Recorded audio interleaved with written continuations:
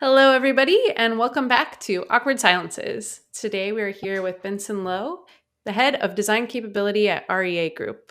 We're really excited to have you here to talk about something that needs maybe a little more attention and visibility, which is how do we make invisible work of ops more visible and more valued? So, we're here today to hopefully help do that. So, thanks so much, Benson, for joining us. Thank you for having me. Yeah, it's great to have you. We got JH here too.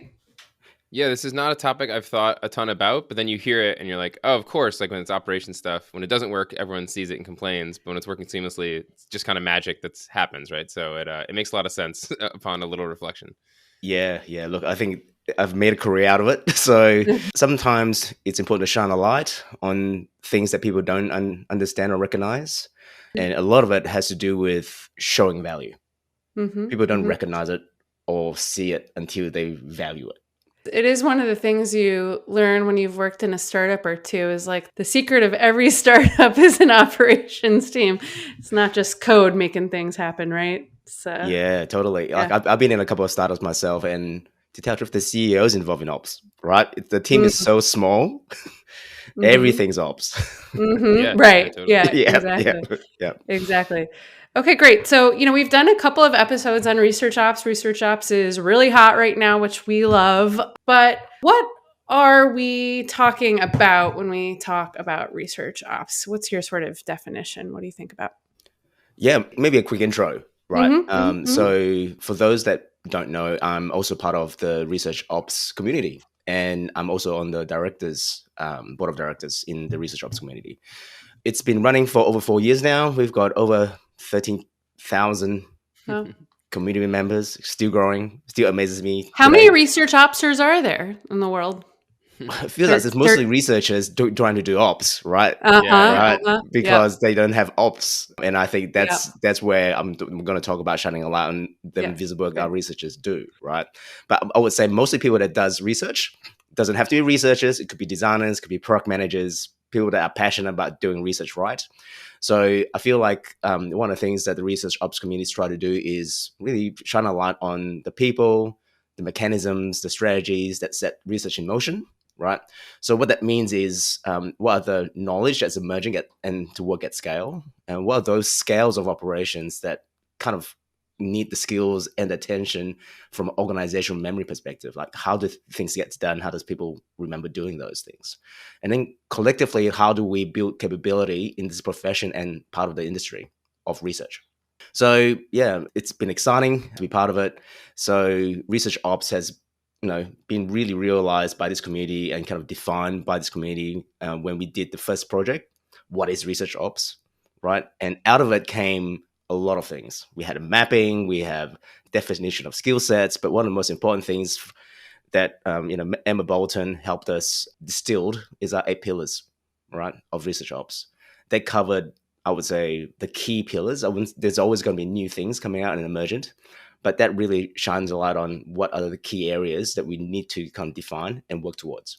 Is that the big like mind map thing I've seen where it has like all yes, the different branches? in the I was just sharing Kumo.io. this. Yeah, I was sharing this with my team recently, so we should put that in the show notes. It's For it's sure. one of those things that's very exhaustive when you actually really like the way that community did pull that together and you go through and dig at it. There's so much in there that you wouldn't think of on your own without seeing the detail and the thought. Yeah, I think that's part of the ways that we're making the community is making things visible. I think most of the biggest thing that's invisible is the network effect. If you don't have this, you don't have that. You don't have that, you don't have this, right? Showing those connections is visibility as well. So I feel like the relationships are invisible. That's really interesting. So I was going to say, it feels like there's so much to do with research ops, which is one of the takeaways of this mind map. And so I guess a couple of things could happen. One would be you aren't doing some of the things, and maybe you should be. That's not great. Or you don't have the people to do them well. You're doing them, but you're not doing them well. And you were just talking about how they're interconnected. So when things are interconnected like that, and you can't do everything all at once, how do you figure out where to start so the whole thing doesn't collapse? Yeah, I think one of the biggest things to understand is understand how others do it first. That's where the community comes in. That's what this project helps to highlight. Especially if you're a researcher of one. We talk to a lot of people that are researchers of one in organizations. Yeah, they don't know where to start, right? They're operating by themselves. They're in a certain silo or within a part of the organization that's not getting the collaboration or the connection they need, right? So by showing, I would say, the overall view first, how do you slightly, slowly build that up, right? Connecting with people ultimately is your first step, right? Is there a design ops team? Is there a DevOps team? Is there an operational team within the organization? Talk to HR, right?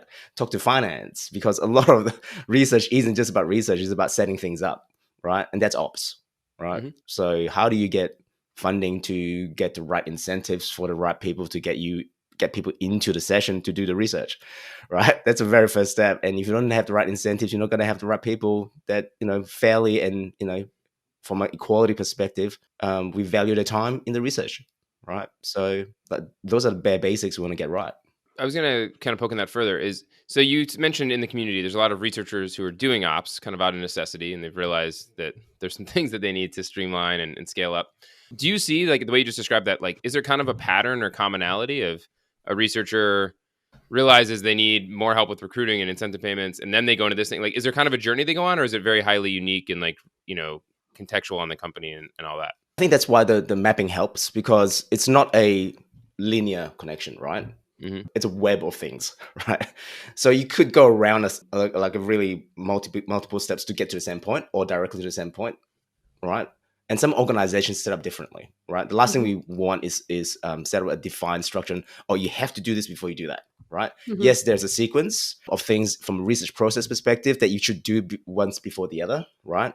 But in largely saying, so from an ops perspective, how do you get started? Is there's so many ways to go around it, right? It's finding the path of least resistance is, I would say, something I would advocate.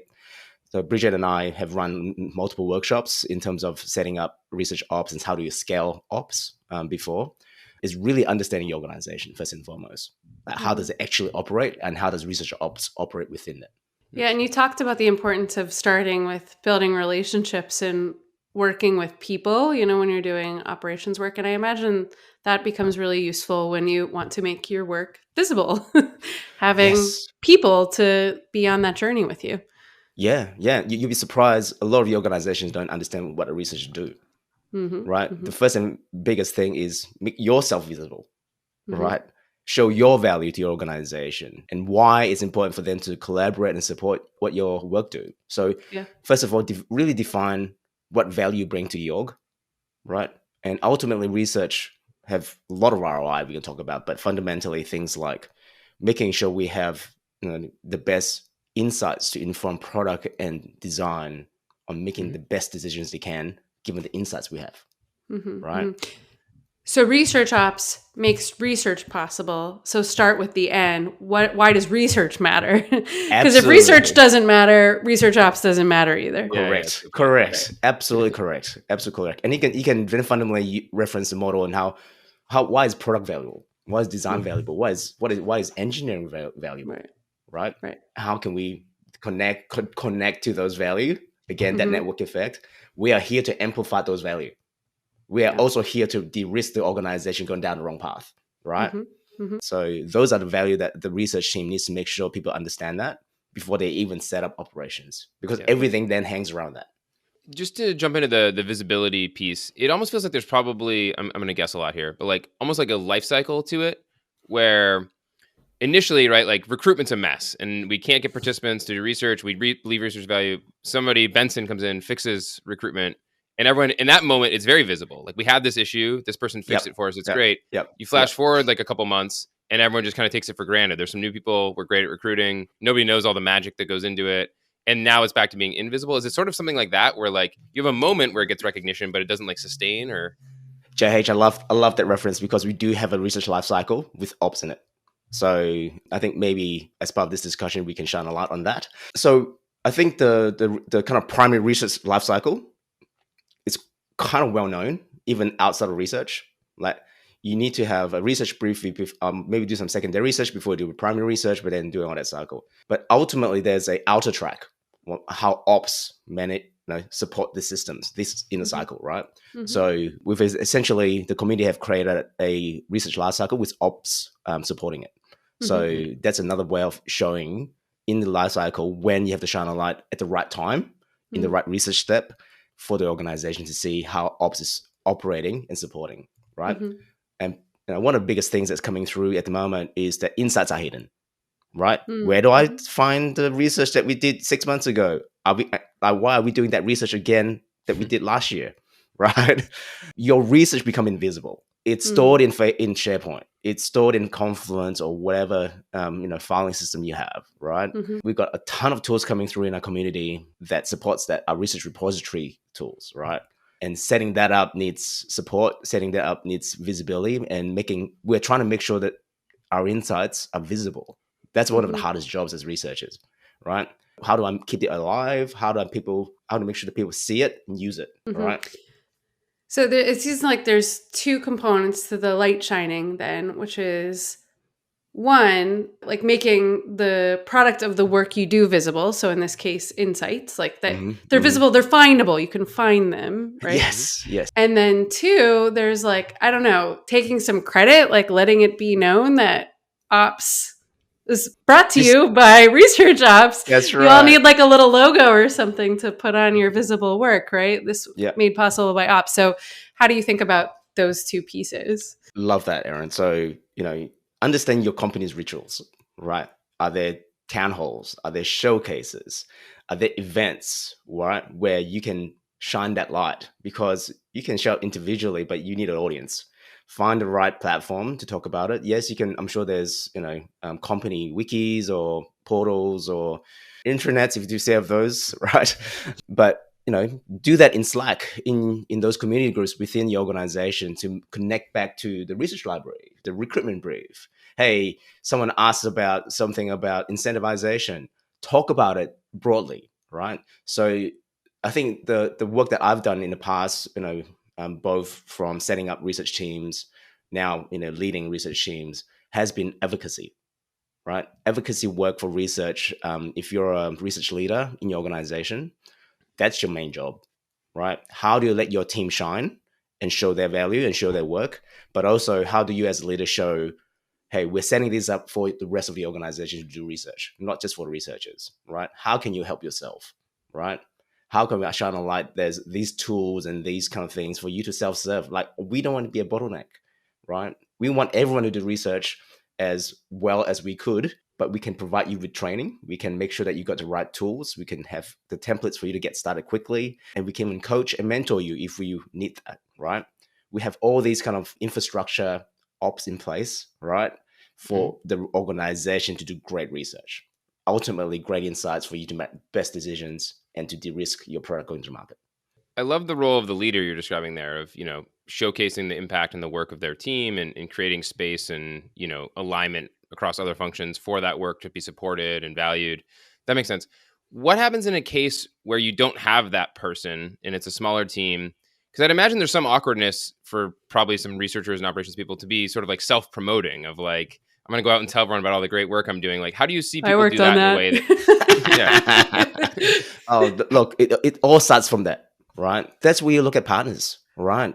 Look at support people, right? Talk to a GM, to a VP, right? They have some support and value research. How can they shine a light for you? Like, to your point, you might not have that status in the organization, right? But if you partner with others, like do the groundwork and work with that person or multiple people that gives you that platform, right? Or shine a light in the work that you do, that's a great start. But ultimately, to your point, JH, like it's really a big struggle. If the organization don't value research, then sometimes you got to ask why you're here, right? Well, yeah, that's certainly, it's definitely. But what you were saying before about the frameworks feels really helpful here, right? So now you're in a conversation with the design leader or product leader, right? And you're talking about the research lifecycle, and then being able to tag on and like, here's some of the scaffolding that we've been helping with around that or whatever, is not like a self-promotional thing. It's a very like tactical, here's what we're doing. It's a useful framework. That person probably can then go kind of like repeat that and champion it elsewhere, right? So like, I think some of the examples the community are doing here are probably really helpful. Absolutely. So like, they don't even have to do the work themselves. They can just reference what the community is doing, and they're talking about a community of tens of thousands of people at the moment, right? So isn't it just made up? So I think that gives that's one of the reasons why the community is so important for these researchers that are in these organizations that doesn't really value research or ops just yet, right? It gives them some sort of backing, right, and support for them to say, hey, I didn't make this up, all right? A lot of leaders in our field have set this up. So I'm here, I've been hired, who's my hiring manager, who's my supporter, my cheerleader in the organization that I'm doing great research for. How can they help me share some of this out, right? But ultimately, I think these are just advocacy work highlighting it. You got to show it. Ultimately, the biggest way is working with designers, working with product managers, or whoever that's doing research review as a team. They're using the note-taking template, right? They're looking at the research repository because you set that up, right? And they'll buy in because they see the value themselves because they're the one using it, right? I feel like the biggest work that you can do from an advocacy perspective is collaboration, right? Yes, you can talk about it so you can get attention and awareness of the work that you're doing, but ultimately it gets embedded in your organization that you're in when others are doing with you, right? Research is a team sport because we don't have enough researchers in every organization to do everything. Yeah. How far are you trying to spread your sphere of influence or visibility within the organization? So, for example, it seems to me like first and foremost, research has to know research ops is valuable or you're not going to get too far. And then you're also talking about not just researchers, but also people who are doing research, people who you want to see doing research. What about everybody else? People not doing research in the organization. Are you worried about them, or how do you think about who needs to know about this work we're doing and what it's accomplishing? I think one of the other invisible connections that we have to draw a line towards and connect to is if the product was successful being launched, right? Are people connecting to the success on what researchers did, right? It doesn't have to be the researcher, but research played a role, right? In finding the insight, identifying the opportunity, supporting framing and evolving, optimizing the solution, right? But even going to market, making sure we have designed and built the right thing for our end users. We are part of the product development life cycle, right? If you talk about life cycles, we are part of the product development life cycle. Make sure that's connected back to the work, right? When the team's successful, the organization is successful, you have played a part in it. So how do you make sure that you're being recognized for it as part of the team, but also the value of research of a successful product? Sometimes a lot of people forget all the research work being done, and the attention bit gets seen by amazing engineers. Great solution from a design, looks awesome, and we're getting a lot of kind of revenue, great conversion rates, great engagements from our product, right? Great product management. So how do I make sure that based on all this, it was supported and helped enabled by good research? Yeah. So I'm hearing you say it's not necessarily so important to shine a light always specifically on the research ops part of the impact you saw, but the research in general, with research ops being an integral part of that this research is just not happening without this ops layer to it. Yeah. So as long as people understand when a product manager goes away and talk to a customer, right? We've set up, continuous discovery or, their research discovery that they want to do. That just doesn't just happen, right? That takes planning, that takes organization, that takes finance, right? To make it happen. And when it doesn't happen, to your point earlier, Erin, people complain about it. Why did that participant not turn up? That wasn't the right recruit. That's off spec, right? That's when operations gets questioned. And sometimes I was going to say it takes failure to get visibility. So, and people want to solve ops problems for you then because they don't want to talk to another person that's off spec because it just wasted an hour of their time, right? And sometimes it takes failure to shine a light as well. When you think about, how you talk about the impact and value of research ops, so it enables all this research to happen, do you find that it's better if people are framing it around like speed and access, like by operationalizing these things and standardizing things, like more product managers, more people are able to do research, more around the impact or quality of the research? Like we've raised the bar because we have this support and this scaffolding for everyone. Is it both? Like, is there one thing, like when you're talking to stakeholders, is there one side that you want to kind of play up more of like the efficiency versus the impact and quality, or what sort of resonates? Yeah, again, it depends on the organization, what they value most. Go for that, right? First and foremost, I think I'm going to take a step further up, JH. Sure. Be strategic. What is your research ops goal? Why are you here? Where do you see research and research ops be in your organization? Not this next 3 months or even 12 months. What's your horizon 2, 3? Now think about that and be strategic. Then you have a plan, and that can change. That plan, strategic plan can change, right? But that should be aligned to what your organization strategy is, your group strategy. Because if you get that right, then everything you talk about aligns with other people's strategy, right? Other people's OKRs. If they fundamentally want speed to market, then your research ops is geared towards speed to market. That resonates with people. Right. So when you talk about, hey, I'm here to make this faster for you, to make it more time efficient for you, then talk the language that they want to hear. Is that the type of thing you can pick up on pretty easily from like some stakeholder interviews and stuff? Like you talk to somebody and you hear an engineering leader be like, we want to do more research, but we can't fit into our, our development cycles. And then you can be like, aha, like I can tell you that we can fix that. Yeah. I think on a relationship management perspective, absolutely do that, right? Because everyone's got a slightly different angle in terms of what they want out of research and ops. But largely speaking, there should be a way for you to access the group or company strategy, right? Start there. Like at the bare minimum, look at the company's annual report, right? How does the cost of goods sold, right, track to your shareholders? Sometimes researchers kind of have to know where the cash flow and money lies within your organization. What's being valued by your shareholders in a big organization? That's where you could see, hey, people value this more than anything else. If research can be seen connected to that value, great. And then we can operationalize ourselves to make that happen. You mentioned this kind of big, high-level strategic sort of 3-year view on why are we here, research ops. I'm curious, like, what some examples of that might look like in a different organization. What are some different flavors of that? We talked about a researcher 1, but when you have researchers from, really 3 and up, when you have, 20 researchers, I don't know, big organizations, like I know that there's organizations that have got 40 plus researchers, right? You really have to be strategic then, right? How does all these researchers work together? Where are we going towards? But I would say start it when you've got about, 5 researchers. You're starting to scale, right? That's where I start to see research scaling when you have about 5 researchers and up. So what that means is you got to have a plan. You got to have a strategy for the group. Like, what are the biggest ops stuff that you strategically need for the rest of the organization, because you've got multiple research areas that you're supporting? How do we need the research library now? Or can we do what we have and do that in the next 12 months, right? What can we make do with, right? What can we show the value most consistent with in this 12 months? But in 3 years' time, we have to have this thing. That could be a really well-resourced research ops library. There could be a annual funding model for your recruitment panel. Do you need a recruitment panel? Do you have an in-house recruitment panel? When do you want to set that up? Those things need to be planned, to be strategized, because they just don't happen by themselves.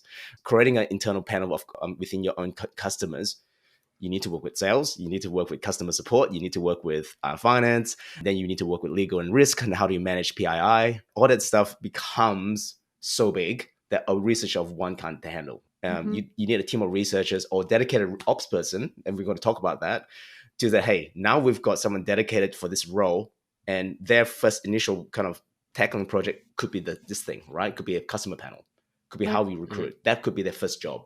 And unfortunately, that's probably most of the things that we see on our community is research ops person get brought on, mostly to handle recruitment or the research ops library or to manage a panel, right? Those are probably the 3 big jobs when they first start up to do that. How do you square or advise people to, like, okay, you're doing this higher level strategic work. You've kind of laid out some of these opportunities and priorities and sequenced them a little bit, right? Kind of made a roadmap of sorts. So you're kind of thinking bigger picture, but then there's all these like probably immediate day-to-day things that need to get done that are like a little bit smaller in scale, and you can have like impact just through iterative work, right? Of like, we cleaned up the note template. We did this, we did that. It feels like you probably need both, right? Like you need some of the day-to-day impact. Like, how do you make sure that people don't get too fixated on like the big shiny objects and like, lose track of some of the smaller stuff that has impact like more immediately? Great question. So ultimately we go with whatever your cadence of planning and prioritization comes down to. So for example, I'll just use my organization at REA Group. So we've got OKRs, right, for the year. So and the OKRs comes from, there are network effects of OKRs. So that group have those OKRs, that group have those OKRs. So the research team that I'm managing sits within design. So design's got OKRs, right? But we also want to make sure that the research team have OKRs, and one of those OKRs is ops. Like, how do we make sure that we have efficient operations within the organization? And how do I break that down? So I break that down by key results. How does that make sense, right? Can we have a research library where people can reliably access insights as one of the KRs that we have, right? That's probably always on.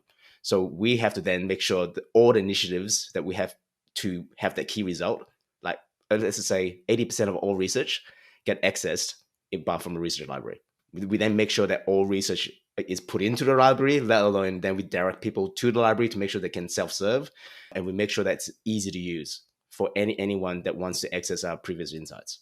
I'm just making a very clear example there on the daily basis. So when I talk to my researcher, we planned on a fortnightly basis. Have we done that? Anything else we can optimize? Hey, that research was that inputted back into your stored now into the research library. Have we also shone a light on the monthly research that we've done? Finding ways of getting people to really enrich our research library so that people know that it's a really great source of value. Nice. So that's one example.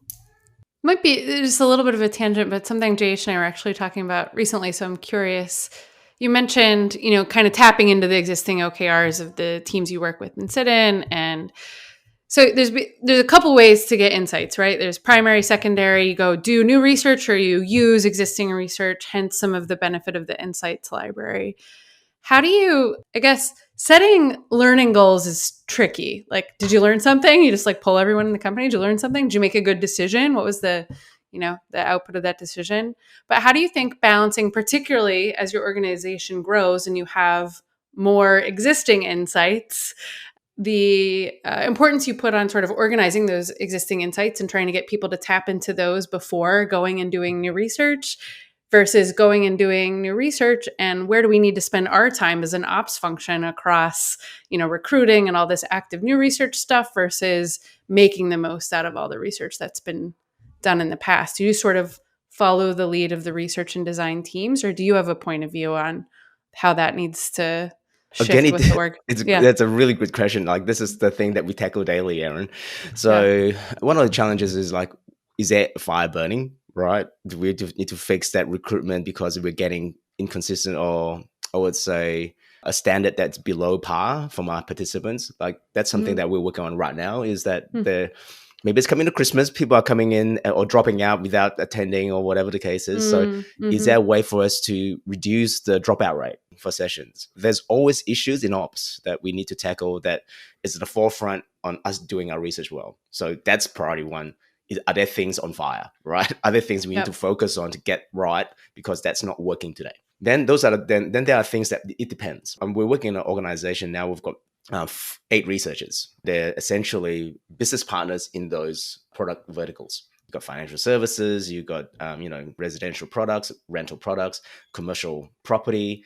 So we work in essentially a property tech organization, right? So they've got lots of products, lots of different things. You might have, how do we ensure that we have access to real estate agent professionals? That's always a big thing that we have, and we've got a customer panel for that. But how do we make sure that we enrich it? How do our customers find value being on the panel? How do we give back, right? Are there insights we give back to our customers so that they want to be on the panel instead of us trying to reduce churn off the panel and, to build that up? So those are all the things that we do on a daily basis, and it depends on which area needs what. And we might have multiple panels, and hey, that archetype needs reworking. Hey, we've got another benchmark that we have to do. So I think those are the things that we have to manage on a daily basis. And unfortunately, the best answer I give you, it depends what your organizational needs are, and then go from there. Nice. Yeah, it always depends on product and research. A question I realize seems an obvious one to ask is when you talk about, showcasing impact and you talk about operations, it feels like metrics is maybe a way of doing that, right? Like, I think if you think about DevOps, people are going to talk about uptime or speed to deploy or number of deployments or whatever, and you show the system's working. Has there been any sort of standardization on the research ops side of, as the community's matured? Like, these are good metrics to point to show, the efficiency or the impact that you're driving. Yeah. It's something that we're tackling from how fast can we do research. And again, it depends. One of the things that we're trying to educate our teams is that it depends on the research type that you're doing. How do you then share the level of methodology? People don't really care about methodology of research a lot of the times. They just want to know the insight really quickly. But sometimes you just can't make that up. Sometimes it might take 3 months, right? So that educational process on showing metric values are different in an engineering perspective or marketing perspective or, an e-com perspective. You can have really detailed product analytics, right? Right. The analytics we have is, hey, how many people have access to the insights in our library? That's a good analytic, right?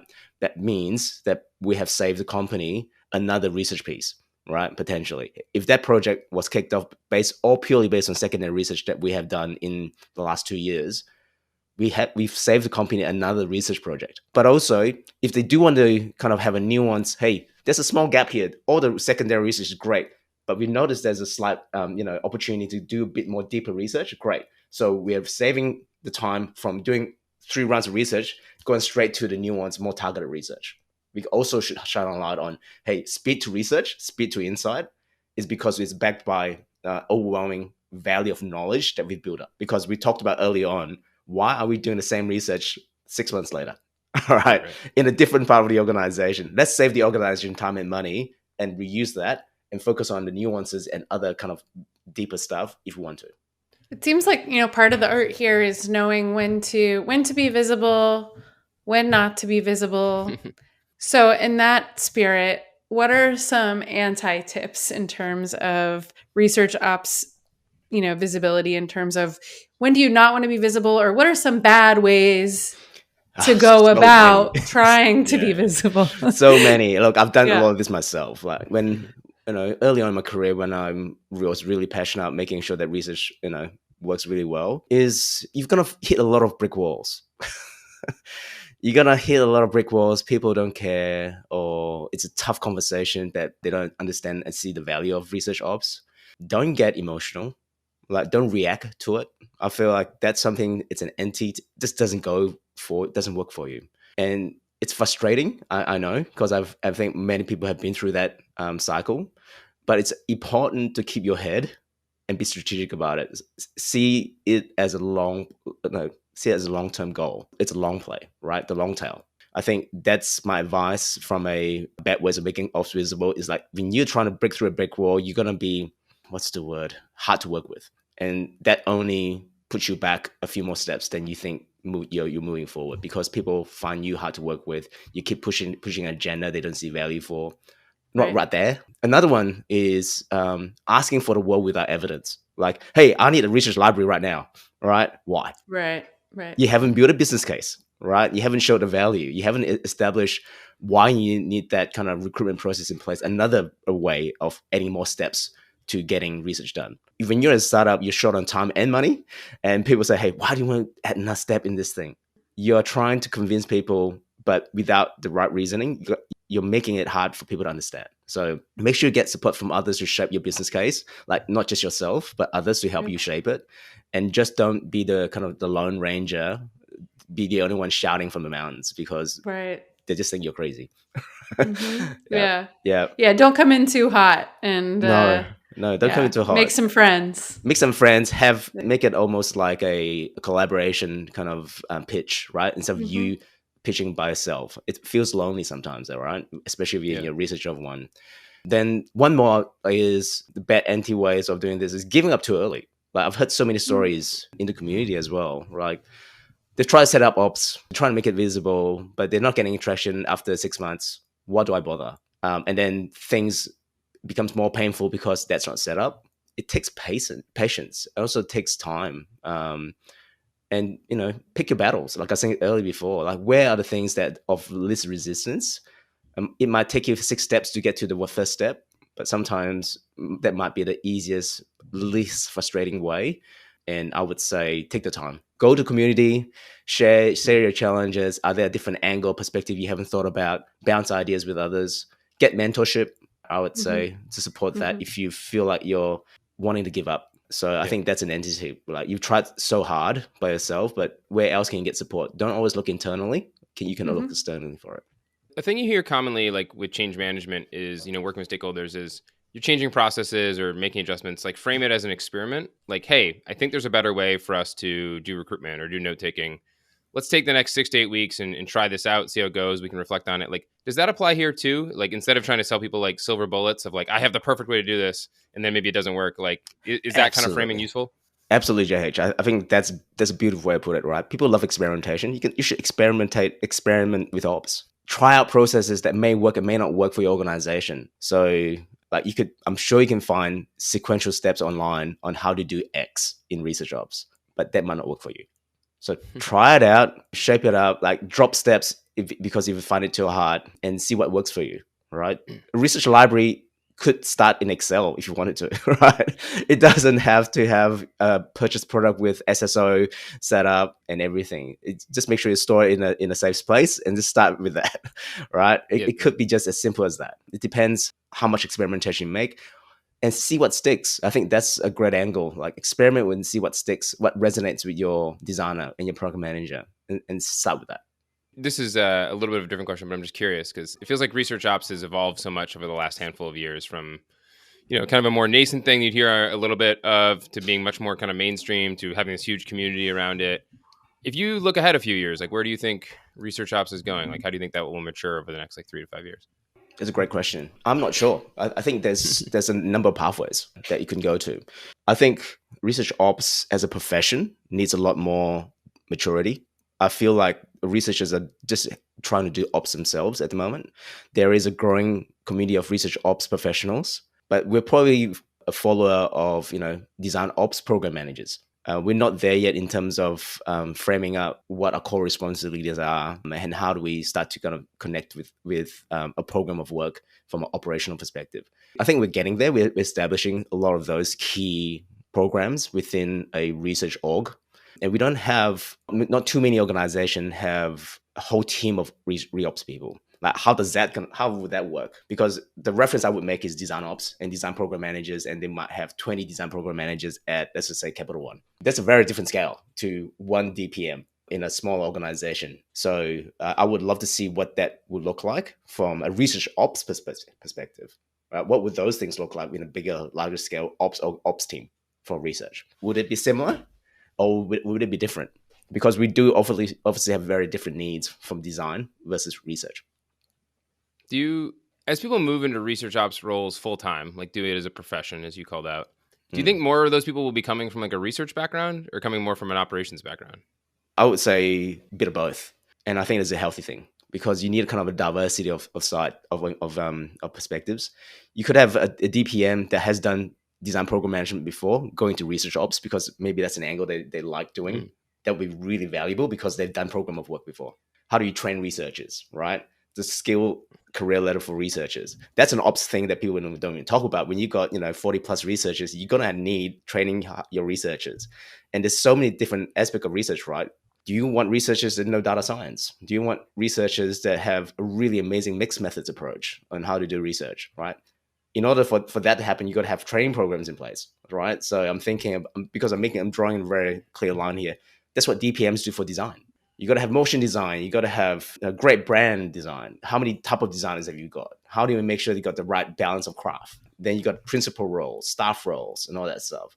So I think career laddering in research and research ops is a big thing that we continue to talking about because it's still, I would say, behind design. On that note, how did you find your way into research ops? Well, my background's design, and I built up design teams and ended up needing research because we don't have a research team, right? In one of the past roles that I was working in. In building up a research team, you have to do ops. So, building a team of 1 to building a team of 13 researchers are very different. So I could see how ops come into play, like I said before, when you have 3, 4, 5 researchers, and then it gets really big when you have, more than 10 researchers and so forth. And then you have to have ops. And unfortunately, a lot of ops in product, in design and research, most of the ops land on people leaders. Right. Because they're setting up the capability. They're setting up the team for success. And they're responsible for the career paths. They're responsible for making sure they have the right tools in place. They're setting up, they have a way to manage their performance. That's all operational. A lot of times it starts at the leader. They're the ones who set the budget, right? Right. Well, and the coordination between the people on the team. There's so much of that too. So I had to do that because of the leadership role I was previously put in that place, which I love doing. But it's also important to know that some of these roles shouldn't be leader responsible roles, right? It should be a dedicated role to make sure that this gets done. So you became the thing you needed in your previous job twice. Multiple times. Cool. Yeah. I actually I want to go back to one point. Maybe you can edit this. So JH, we talked about the metrics from a research value perspective. Another angle that I would say has hard numbers is thinking about risk and opportunity and the ratios that we get it. So I think the risk and opportunity, you can angle it towards tied to NPS, tied to your consumer set, or whichever metric that your organization has. Research should have a direct connection to those metrics. Have we improved consumer set because we fixed a pain point? We have identified pain points for the organization to fix. That should lift NPS and or consumer set or customer set. That's a really direct way on hitting the organizational metrics, right? Another one is programmatically have usability testing or benchmarking in place to monitor and optimize experiences. And that also have a direct way on improving company targets with those metrics. So your metric should be company's most important metric, like NPS or consumer set or customer set. Nice. Yeah, I like that connection as well. There's been a through line for sure. A lot of the ways you've talked about this is you need to connect research and research ops to other things in the company so that it's easy for people to internalize why and how it's valuable. So it makes a lot of sense. Yep. All right. Parting thoughts, final words to leave folks with in terms of, whether you're a research ops person or a researcher or someone with some interests and for whatever reason making research ops more visible. Last thoughts on? I think it's sometimes hard when you try to do this, try to make something invisible visible. One of the things I was just literally talking about with my peers is that we do all this work and no one sees it. It can be disheartening sometimes. People don't see it. But as long as you know you're doing good work for the organization, your partners that you work with, find a way to make sure that value gets realized and being understood. And the rewards will come because people start recognizing that all the hard work you do that was invisible, that becomes visible. Yeah. And I think a lot of that is very relevant to anyone in any kind of ops role, right? Yes. Yeah. In any kind of ops role. Don't be disheartened. I think the main thing, my advice is be patient. Find a way to connect, like I said before, to more important things that your team or your organizational values are, and connect to it, and people will start seeing it. Because if I think one of the things that people start seeing is when they don't have it. Well, we see you, ops people, and we see you too, Benson. Thanks for joining. We appreciate you. Thank you, Erin. Thank you, JH. Yeah, thanks.